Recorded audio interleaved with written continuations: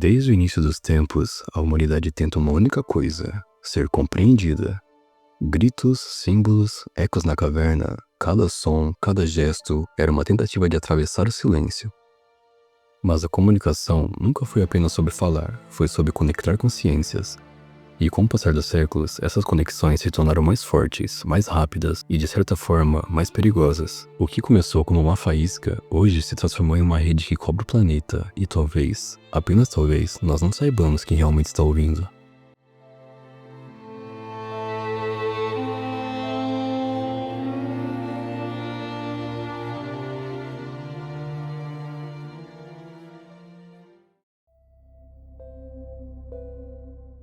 Camada 1. Início da voz humana. Muito antes da palavra, houve o som do fogo, o som dos passos e o som da tentativa humana de dizer, eu existo. Nas profundezas das cavernas de Las Calcas e Altamira, homens primitivos registraram o que viam. Visões, caçadas, símbolos, não eram apenas desenhos, eram mensagens, primeiras tentativas de comunicar o invisível. As pinturas rupestres foram, em essência, as primeiras redes sociais da história, marcadas para que os outros e os que ainda viriam soubessem que eles estiveram ali.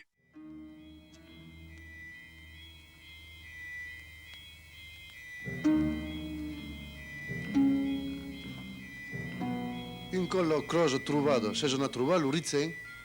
Beh, quando non lo trovavo, ma non vuole pa credere. Se con che era che puricun, hace io non te copé, non ma streghil.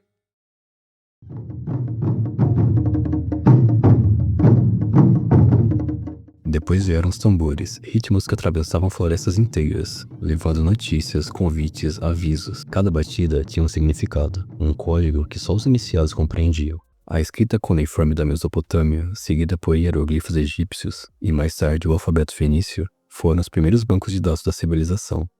A partir dali, ideias poderiam viver, mesmo depois da morte de quem as criou. A comunicação deixava de ser instinto e passava a ser poder.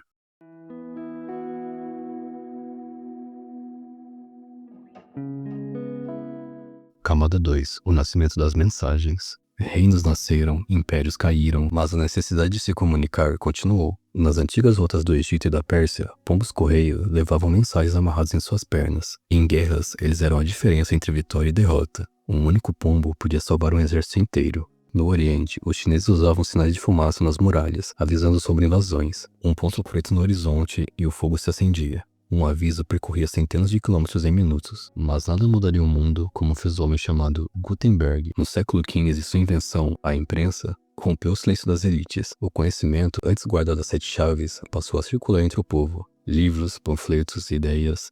Era o nascimento da primeira rede social em massa, e também o início das censuras. A comunicação se tornava uma arma, e quem a controlava passava a controlar o mundo. Séculos depois, outro som ecoaria pela terra, pontos e traços.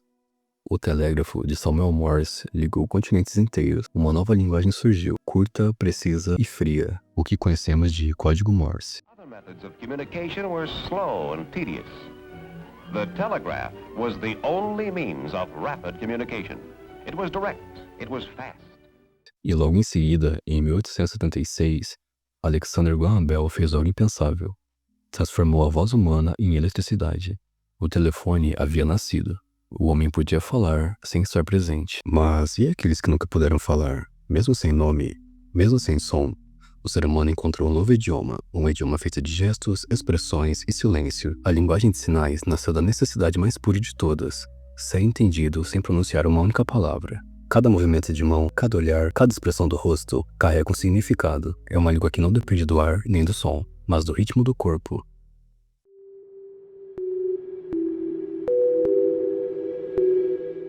Camada 3. O ar ganha voz. O século XX trouxe algo que mudaria tudo. O ar passou a carregar mensagens. As ondas de rádio começaram a viajar pelo planeta sem fios, sem fronteiras. O rádio se tornou o coração da humanidade moderna. Pela primeira vez, milhares de pessoas ouviam a mesma voz ao mesmo tempo. Durante as guerras mundiais, as transmissões eram mais valiosas que exércitos. Um discurso podia levantar uma nação ou destruí-la.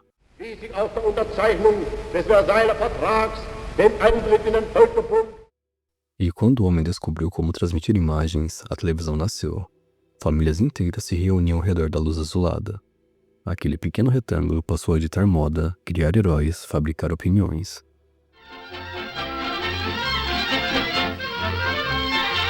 Yes, for smoking that you're bound to like, you just can't beat a lucky strike. Mas junto com o poder da imagem, veio o poder da manipulação. E no meio do século, em laboratórios escondidos, algo novo começou a surgir. Um sistema de troca de informações entre máquinas. Chamavam de ARPANET. Anos depois, o mundo chamaria de Internet. O planeta acabava de se conectar.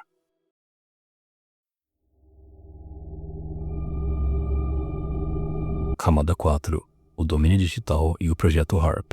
O que nasceu como rede militar se tornou o sistema nervoso da Terra. Hoje, cada clique, cada palavra, cada toque é uma linha desse tecido invisível, um mapa que desenha o comportamento humano. A internet prometia liberdade, mas aos poucos mostrou o outro lado, o controle. Algoritmos decidem o que você vê, o que você sente e o que você acredita. E enquanto o mundo se acostumava a viver conectado, outros tipos de comunicação começavam a surgir longe dos olhos do público. Dice me, slice me, or peel me. There's so many choices! No! Do something! What did you say? Who are you talking to? Nothing, I didn't say anything. I didn't say anything. You said juicy. Em 1993, no Alasca, nasceu o projeto chamado High Frequency Active Auroral Research Program, mais conhecido como Projeto HARP. Oficialmente, o objetivo era estudar a ionosfera, a camada superior da atmosfera terrestre. Mas suas antenas eram capazes de emitir ondas eletromagnéticas poderosas. Alguns acreditam que o HARP poderia modificar o clima, derrubar satélites ou até influenciar o pensamento humano. Outros dizem que seria o sucessor das antenas de comunicação global, um projeto que ultrapassa o que conhecemos como rádio. O ar, o som, as frequências, tudo se mistura em um único propósito, transmitir. Mas a pergunta é, o que e para quem?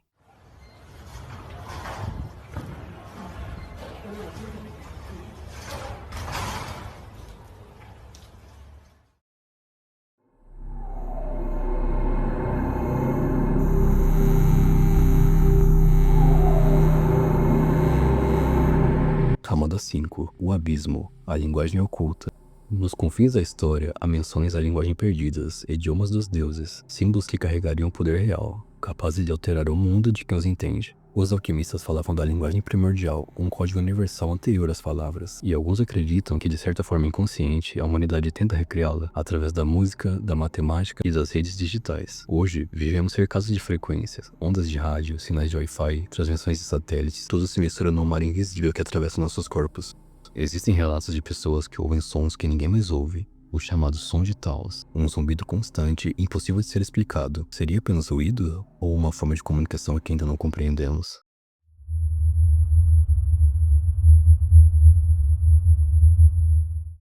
Outros falam da internet oculta, uma camada além do que chamamos de Deep Web, um espaço digital onde circulam mensagens não rastreáveis, dados que não obedecem a nenhuma lógica humana. E talvez, o mais inquietante, a ideia de que estamos ensinando as máquinas a falar conosco, mas também, sem perceber, aprendendo a falar a língua delas, a linguagem binária, o código invisível. A comunicação não precisa de emoção, apenas de precisão.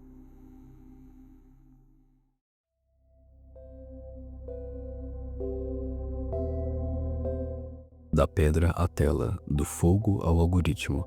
A história da comunicação é a história da humanidade. Mas a cada avanço, o elo entre nós e o que criamos fica mais tênue. Talvez um dia a comunicação ultrapasse a própria voz humana. Talvez já tenha ultrapassado. E talvez, nesse exato momento, enquanto você ouve isso, alguém em algum lugar esteja ouvindo você também.